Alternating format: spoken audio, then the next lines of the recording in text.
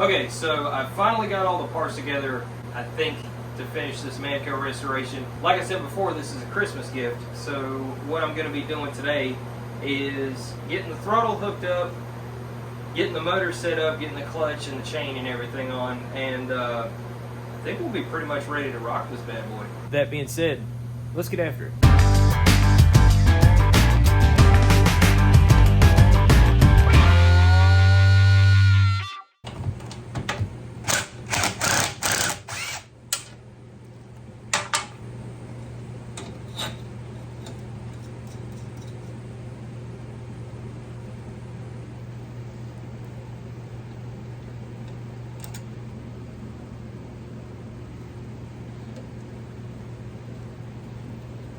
Alright, so this one is a hair long. So what I'm going to do is pull this cable back out through the housing, and I'll trim the housing down to fit, and then we can just run the cable back through and should be good. I'm going to be cutting this with an angle grinder. A lot of people like to use wire cutters or something like that, but the problem is you smush down the edges of this line, and then you may or may not be able to fix it. I just cut out the middleman and use this. Plus, this is more fun.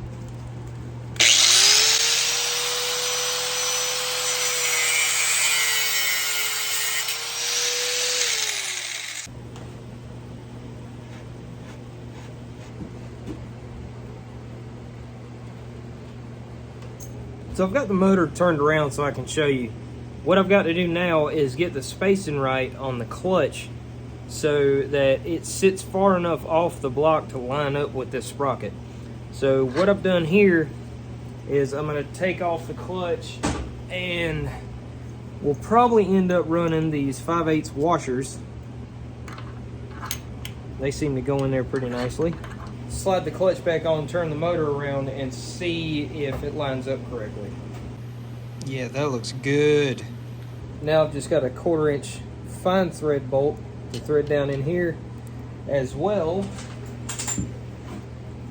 as a 1/4 inch fender washer, just to keep everything secure. Oh, and one more thing, and a little bit of the blue goo. Probably way more than needed, but we'll be all right.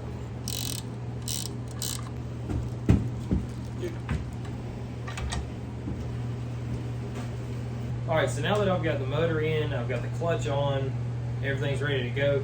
Now we just got to throw some chain on it. For that, we're going to be using this chain right here. Let me get a little closer so you can see it. This is RLV 35 gold chain. This car is designed to run 35 chain. And I wanted to put something on it that was pretty good solid chain. We've used this plenty of times before. Works like a champ.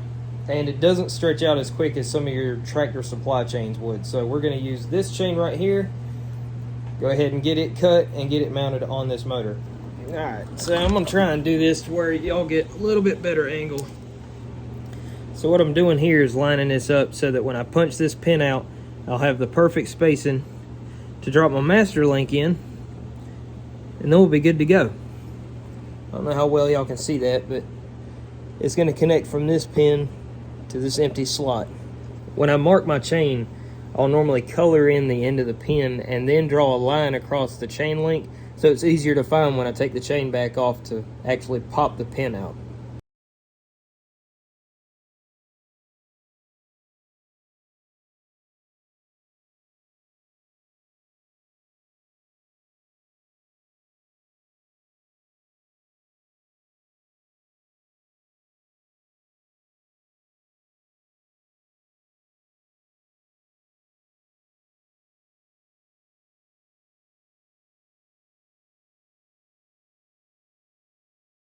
Alright, so I ran into a little bit of a snag with the throttle. So I have never used this Lifan or Lafon or Lefon, whatever. I've never used this engine before, so it's a little bit different than what I'm used to. Because wiring in the throttle, like you would on a traditional Predator, doesn't work.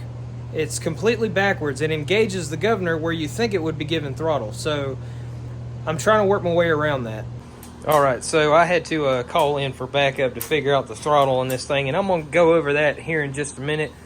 But, John, I want to see if this thing is going to run, if it's going to idle, all that. So, are you ready?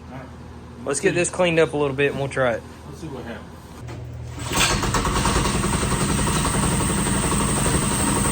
Idle's good.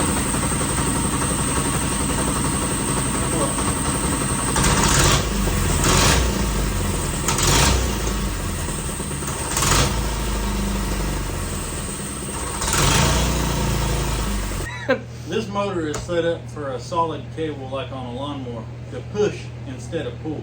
Yeah. So we had to reroute the throttle cable to the other side so it pulled the mechanism the other direction. Yeah, this one, I've been out here with this thing, since about lunchtime? Yeah. Been out here with it about 4 or 5, maybe 6 hours, and I finally called John and I was like, dude, I don't know what to do. Can you come over here and look at this? And he figured it out, of course, in like 20 minutes, so yeah. That's why it pays to keep people around. I knew there's a reason I keep you around. Anyway, we're going to go over what exactly we did and what we found out. So here we go. So before we get started on all of this, please excuse the engineering that was involved with it. So originally I had the throttle cable run up this side and it went into this side of the engine. Well, I figured out pretty quickly that the throttle is controlled by the governor arm up here. When you start the engine, the governor arm comes out and then has to go back in this way. So the way I had it hooked up was hooked up to this arm, and as it pulled, it wasn't doing anything here. It was actually killing the engine. So what we ended up doing was routing the throttle cable to the other side. Yes, we know that that's a huge bend right next to the chain, but it's got plenty of clearance. We're good. We've ran bends like that many times on mini bikes and never had an issue with it. So it'll be fine on the go-kart. Pretty sure the Gambler was like that. But we ran this way and have it hooked in from the opposite direction, and we had to take out this spring and run this solid. This is kind of sort of bypassing the governor. It is bypassing the governor, isn't it? Totally. It'll be okay. It's a 3-horse. We left the throttle limit screw so we can adjust that, so it can be adjustable for a kid. Yeah, we have left this in so that if it's needed, we can adjust the throttle so he can't go wide open. We're also going to be installing a throttle stop up at the front so he can't smash the pedal and do all this, get this hung up. Won't break all this cheap Chinese stuff, especially that little plastic lever in there. Yeah. The other part of this, we put in the solid linkage and then you follow it up, and we had to run this other spring. Yes, we know this is not pretty, and no, we don't care. It's tried and true and it works. That's all I care about. Exactly. So now I guess we can finally test it out. Yeah. Let's do it. Maybe that doesn't work. Oh, it runs better.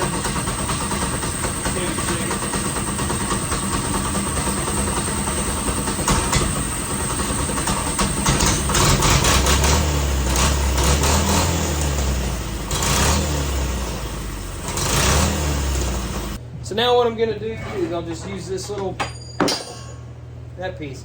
So now what I'm going to do is I'm just going to use this little piece of angle, and we'll strip out a spot up here so that it acts as a throttle stop. I'll weld it in place so he can't go but so far with it, so he doesn't bend and or break anything down there.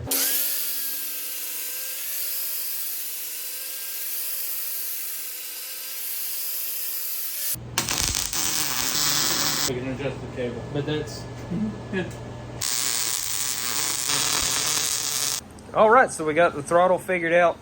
John taught me into swapping the pedals around too. Went ahead and got the throttle stop in right there. The weather's up tomorrow. You want to ride this? Yeah, it might be a little windy, but I think it's going to quit raining. So. Cool deal. So we got quality control we're going to do tomorrow. That's my excuse, and we're sticking to it. I am with that. We'll see y'all tomorrow.